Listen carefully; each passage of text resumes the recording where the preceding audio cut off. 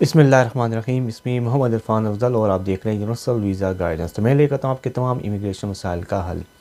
जिन दोस्तों ने इस चैनल को सब्सक्राइब नहीं किया उनसे रिक्वेस्ट है कि चैनल को लाइक करें, सब्सक्राइब करें और शेयर करें ताकि हमारी कम्युनिटी में इजाफा हो। आज हम बात करते हैं यूके असालम एप्लीकेशन के हवाले से। देखने में आया है कि बहुत ज़्यादा रिफ्यूज़ल आ रहे हैं। उन रिफ्यूज़ल की रीज़न क्या है और किस तरीके से आपको अपना असालम का केस फाइल करना चाहिए ताकि आपको इसमें कामयाबी हो। तो सबसे पहले तो मैं आपको बताऊं कि असालम वो लोग अप्लाई करते हैं जो कि यूके में रहना चाहते हैं एज अ रेफ्यूजी। इसके लिए ज़रूरी है कि आपने अपना मुल्क छोड़ दिया हो और आप यूके में मौजूद हों और आप अपनी ज़िंदगी का जो है ना वो हिस्सा यूके में गुजारना चाहते हो, क्योंकि आपकी ज़िंदगी को बहुत ज़्यादा ख़तरा है अगर आप वापस जाएंगे तो। और एज़ सुन एज़ पॉसिबल आपने असालम अप्लाई करना होता है यूके में। जैसे ही आप आएँ, जितना जल्दी हो सके आप असालम के लिए अप्लाई करें। जो पहली मीटिंग होती है इमिग्रेशन ऑफिसर के साथ उसको स्क्रीनिंग कहा जाता है। उसमें आपका बेसिक सी चीज़ें पूछा जाता है और आपका असालम का क्लेम दाखिल कर लिया जाता है। उसके बाद आपका जो केस है वो केस वर्कर को दे दिया जाता है और कुछ अरसे बाद केस वर्कर आपको इंटरव्यू के लिए कॉल करता है, जिसको कहते हैं असाइलम इंटरव्यू। इसमें आपको डिटेल से बताना पड़ता है कि वो कौन सी वजूहात हैं जिसकी बिना पे आप यूके में रहना चाहते हैं। आपने तमाम एविडेंस प्रोवाइड करनी होती है। ये जो असाइलम इंटरव्यू होता है ये बहुत इंपॉर्टेंट होता है। इसमें अगर आपके पास स्ट्रॉन्ग एविडेंस नहीं है तो रिफ्यूज़ल के चांसेस हो सकते हैं। अब एलिजिबिलिटी क्या है, आपको आपकी ज़िंदगी को ख़तरा है आपकी कौमियत की वजह से, मज़हब की वजह से, नेशनलिटी की वजह से, सियासी नज़रिए की वजह से या जेंडर आइडेंटिटी की वजह से, तो आप असाइलम अप्लाई कर सकते हैं। आपको नॉर्मली जो देखने में आया, जो होम ऑफिस का क्राइटेरिया 6 मंथ में ये डिसीजन करते हैं, लेकिन 6 मंथ आजकल नहीं लग रहे, बहुत ज़्यादा टाइम लग रहा है।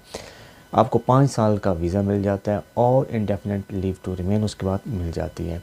जिस वक्त आपका असाइलम रिफ्यूज़ होता है तो आपको अपील का राइट होता है, आप अपील कर सकते हैं।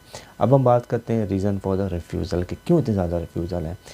जो होम ऑफिस की फ़िगर्स मैंने उठा के देखी हैं तो ये मालूम हुआ है कि तकरीबन 80 to 90% असाइलम एप्लीकेशनें रिफ्यूज़ हो रही हैं। तो ये बहुत ज़्यादा रेशो है। तो सबसे पहले आपने ये देखना है कि आपका जो केस है वो असाइलम में फॉल करता भी है कि नहीं करता। सिर्फ ये कह देना कि जान को ख़तरा है इज़ नॉट इनफ, ये काफ़ी नहीं है। अब होम ऑफिस ने हर मुल्क की एक कंट्री गाइडेंस दी हुई है।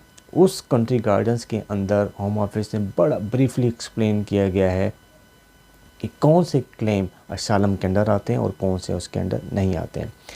असाइलम अप्लाई करने के लिए ज़रूरी है कि आपने ये साबित करना है कि जिस मुल्क में आप मौजूद थे वहाँ पे आपको स्टेट प्रोटेक्शन हासिल नहीं थी और बाज़ मामलात में तो स्टेट ही यानी रियासत ही आपके मुखालिफ हो गई थी और कोई नॉन स्टेट एजेंट अगर आपके ख़िलाफ़ थे तो उन पे असाइलम क्लेम करना मुश्किल होता है। उनके लिए डिफरेंट आपके ऑप्शन हो सकते हैं, ह्यूमन राइट का क्लेम हो सकता है। लेकिन जो नॉन स्टेट एजेंट हैं उनके ख़िलाफ़ भी आपने वहाँ की जो स्टेट है उसको कंप्लेन की हो, आपने दरख्वास्तें दी हों लेकिन आपकी सुनवाई ना हुई हो, तो फिर ही ये प्रूव हो सकता है।